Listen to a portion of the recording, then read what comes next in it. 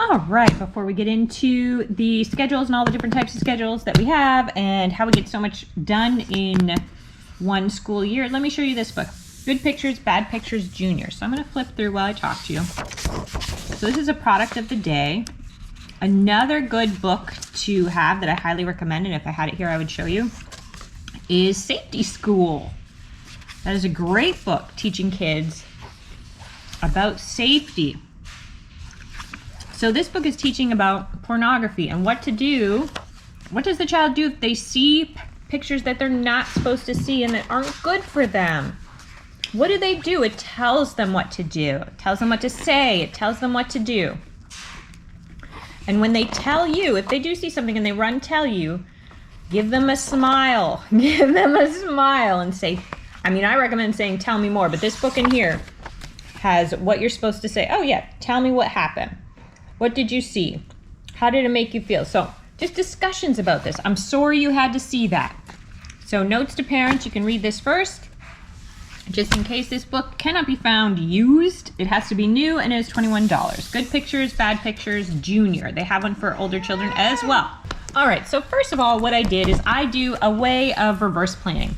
I went through, because you've seen my videos on all the curriculum I read, I went through 100 different pounds of curriculum, video after video after video. This is our daily schedule. So before I get to the daily schedule, let me show you through, these are our schedules, just so I have them. This is my book. So right here, when we flip over this is my older child, grade 2, grade 3, some subjects higher, some subjects lower. You know how it is. These are just some of the books I plan to cover this year. What happened is I made a giant list, a massive, massive list. Let me show it to you if it's around here. Of curriculum. I filled this whole page up. My older son and then followed by my younger son. And I filled it up. I had piles of curriculum that I wanted to do because I do want to do 4 different sciences from 4 different curriculums. I want to do a bunch of grammar and vocabulary stuff from Evan Moore, from Explode the Code. I wanted to do, so I had just tons of stuff. So I had tons of stuff here. And I got so overwhelmed looking at it that I decided, no, this is what I'm going to do. I'm going to take what I'm starting with, what I am starting with. This has already changed, by the way, and I have just started school. But, so I have electives, I have art, I can do things, I have reading by mom. So these have kind of all changed a little, not all changed, but they're a little different, which is fine, And this is for the youngest, the grade 1. Now, when you flip over here, so this I got their student profiles, their interests, things like that. Just in general. So I picked a goal or a focus. My homeschool focus last year was games. I have a ton of games, a ton of smart games that I wanted to play and I wanted to incorporate into.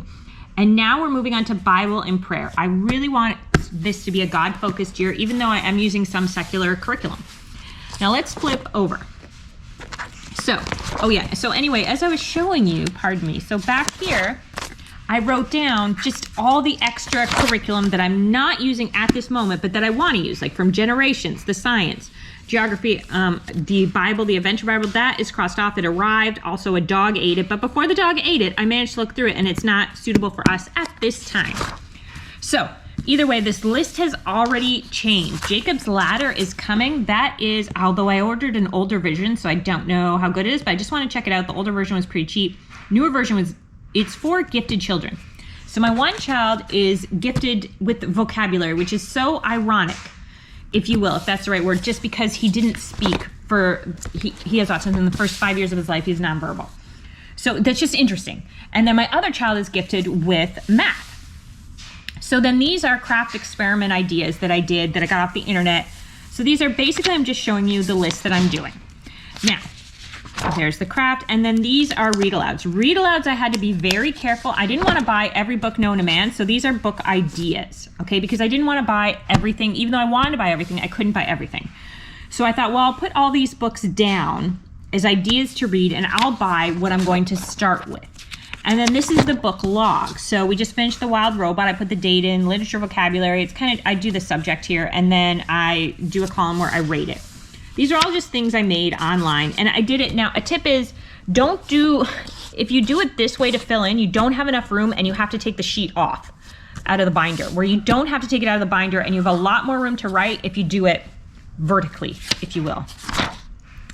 So book log. Okay, so that's what I got. And then these are, so this is, I'm not going to use this. I started to use it. I'm not going to use this. But essentially you can take a calendar. I'm not going to, but you could take a calendar and just, some people just highlight every day they do school. All right, I'm not going to, but because I don't have to where I live, in the state I live, but you're welcome to it. And these are all things that from last year that were in their binders. Okay, so they each have a binder. It's color coded. I'll go through their baskets so you can see their actual curriculum. Now, the child with ADHD, this is what we do. Red book, math, reading, game, and Locke's Choice. And that has even switched to, or alternatively, I'll go for a month and do that, and then I'll switch to math, reading with mom, which is still his language arts, if you will, art, mom's choice of game, and then Locke's Choice, because I want to start doing chess. We're doing the storytime chess. I really want to focus on that, and Locke's Choice. And then the older child, we have day 1 and day 2. We do Bible, vocabulary and grammar, art, history, geography, and play with mom. That's their choice of what they do. Blue book, mom reads to you, math, read to mom, and make a story, which is also really fun for him creatively. So let's look at our schedule. So those schedules are done. So this is mom time with Finn right here. Mom's time with Locke right here. ADHD, autism, and we cover a massive amount of work. I'm going to show you. So first of all, we wake. I try to get out of bed now at 5:30. I'm trying to get out of bed at 5:30. So by 6:30, I'm playing by like anywhere around there, I'm playing with one child, the oldest, and then the other one comes out. So that is our bonding. That is just starts the day off right, focused on them, what they need, playing with them. Then we do breakfast and reading. This is science. This is where I cover a massive amount of curriculum. So I bought this curriculum. It's a little too young for them, but it's not bad. It's not a bad curriculum at all. It's not, it doesn't need to be for young kids. So it has very easy experiments. This is the good and the beautiful, very easy experiments. It's got go around, let's go outside and look and see the wind. But what's good about this is what I was doing, which is these are their bins. The older child, no, the younger child and the older child. This is where I shove the science books. And then I have the additional curriculum that I'm going to get through. As we go through these, as we complete this math, we'll toss it, I'll put it in that pile down there. I'll pull up the next level from here. Okay, so that's how we do it. As we finish one grammar book in here, I will pull it out, toss it down there, and pick the next one up from here and put it in there. So that way I'm not overwhelmed. It's not crazy overthinking. So this is the big book of science stories. They're pretty interesting. They're not bad. They do teach you a lot. So there is that. So even, we all know what a meteorologist is, and my kids do as well, but they do teach you a lot of stuff. So it's just interesting stuff. Like this temperature story though, I skipped a little bit just because it's a lot of temperature. Like we do not need that much temperature. It's not that interesting to us. So if it's not that interesting, we can move on from it. But when I'm done this science, so we go through it pretty quick, I'm gonna pull out, let me go through here. I have quite a few science curriculums I want to get through. And this is Enjoying God's World. I'm very excited to begin this. The brain, your lungs, parts of a plant, animals, science investigation, how things work, enjoying the airs around. So we just read through. That's what we do. I read through while they're eating because the ADHD child does not want to sit there a lot. So while we're eating breakfast, I'm not eating breakfast, I'm working. And what I'm doing is reading. Now I get all this done. I'm usually done work, done school, not work, but done quote unquote the work of school by like 12 or 1 o'clock. Today I finished extra early at 10, but normally it's not that early. That's just because the youngest was just not in the mood to do school. Like we did a little bit of math, but he just was not having it. And I'm not going to force it because he's young enough that we could do a bit of stuff, but you don't need to force it yet. And like I said, we did science today and we did math, and beyond that, it was too much. It was like pulling teeth, like you just saw. So anyway, this is the book we're going to cover because we go through it again. We go through it very quickly. You don't need a teacher's manual for the Abeka when they're young. For this one, it's $20. Not bad. This was $25 for both of them. Not bad. Not bad, and relatively interesting. Now what I will do is, so some of the key terms that we learn in these science things, some of these key terms, because we're not doing a ton of handwriting, we don't do handwriting for the most part. We practice handwriting, but it's not a big part of our curriculums because they're neurodiverse, which means handwriting, it's going to be pulling teeth to do handwriting, so we do it separately. It's a separate subject.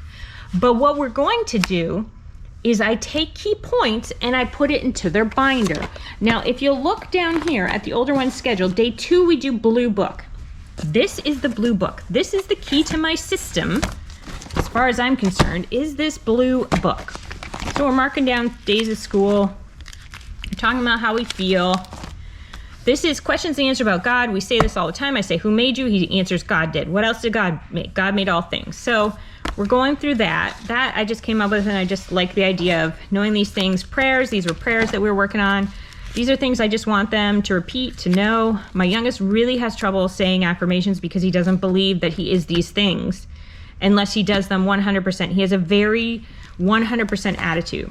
So this is where I will put, from the good and the beautiful, I put some reading words I want us to work on until we can nail them easily. Then I take them out and I replace them with others. But now this is where I would do a separate page. So this is the history of ancient China because we are reading ancient China. This is something I made. This was not clearly something I made on Canva. I took a picture because it would help jog his memory as to what that chapter is about, what Pangu is, what mythology is, the Peking Man, which is the first people in China, the hilltop caveman, which are the more advanced people that made stones and axes. So this was when we were reading the history through China. So what I would do is I would take just a few points from these, just a few things to remember, to jog their memory that they're going to need maybe when they get older, although usually they'll repeat it again anyway in another curriculum as they get older. And I would put a page in here with a photo, and then we would go through it. So for example, learning, oh, say, can you see? We're learning just different shapes, and this is invertebrates with backbones and vertebrates without. That's another thing we're studying in one of the books we read. So in the books, that's kind of what we do. And then questions. What's the first thing you remember? Because I want to get to know him, and he likes it when we talk. So we're going to answer 1 or 2 questions from here when we go through the blue book. I got quite a few. I think I just found them online, Googled it, and then took out ones I didn't like. Anyway, I didn't know there were so many. But okay, so do you get it? So this is the routine though. Day 1 is we do Bible.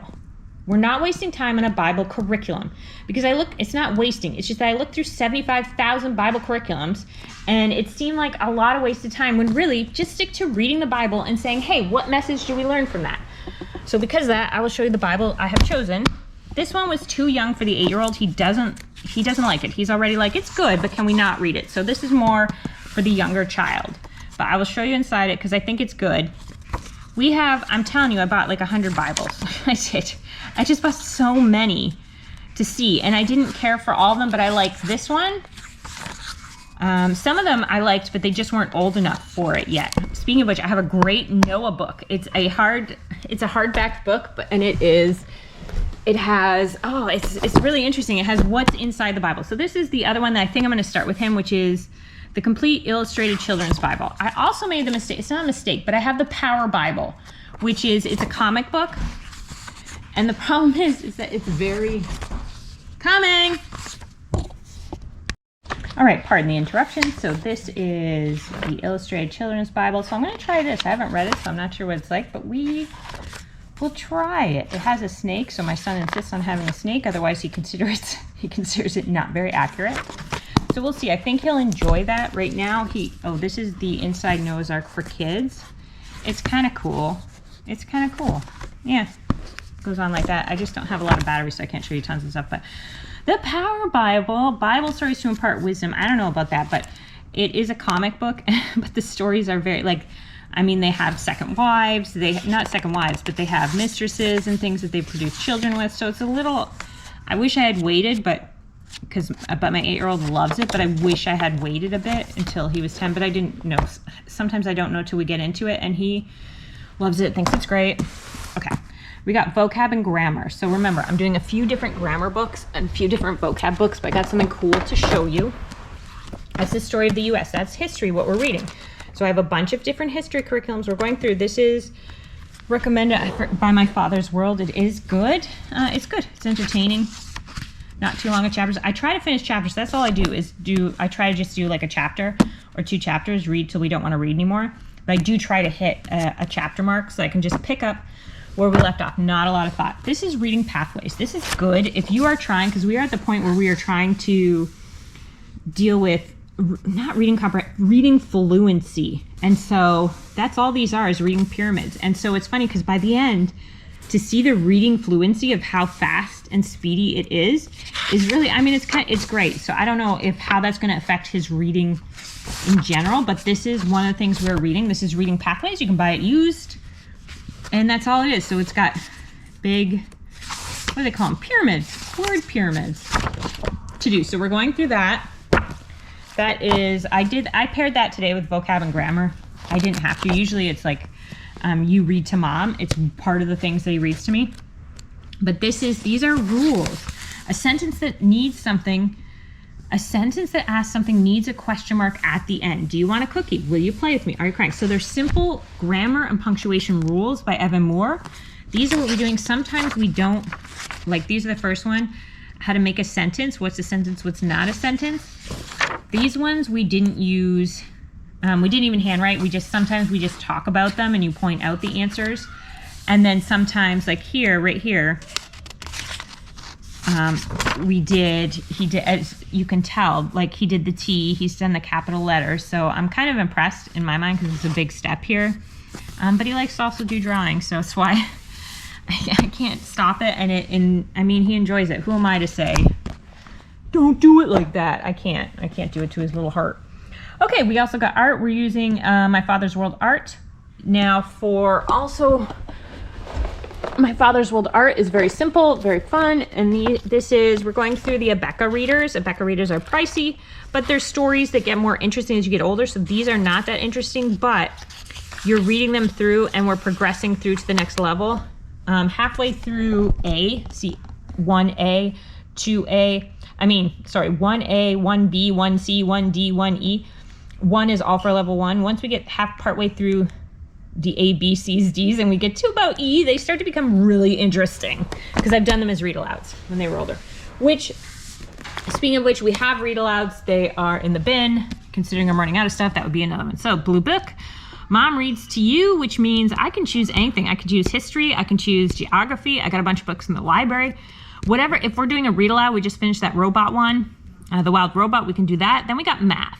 So I chose a specific math due to the autism, a specific math that I've talked about in other videos. It's just, we just switched. I've switched to so many maths and done so many. And now we are trying alpha. So Matthew C, we're on alpha. It's supposed to be really great for kids with autism because I don't know, it's very visual, it's place value. So we'll see. I'm using a different math for my other child who's very advanced in math. This is read to mom. Like I said, I showed you the pyramids. And this is make a story, our creative stuff. Okay, and then or play with mom. Either way, it's still him and me. Let's go to the younger child. Math, reading with mom. So math, and then that's his bin. So math, we are doing Singapore math. I really like it so far. It's not expensive, not pricey. We're going through it really quick because he knows it. This is just a review just to see. Because we're switching, sometimes I like to go back a little bit to see. But he's already doing like the power of and multiplication. So we'll go through this really quick. But then we're doing the art. And this is his reading. This is progressive phonics. And another thing I want to show you is, because he is so good, single digit drills. So single digit drills, this is by JDA Learning. So they have the answer as the first one here. They show you the answer.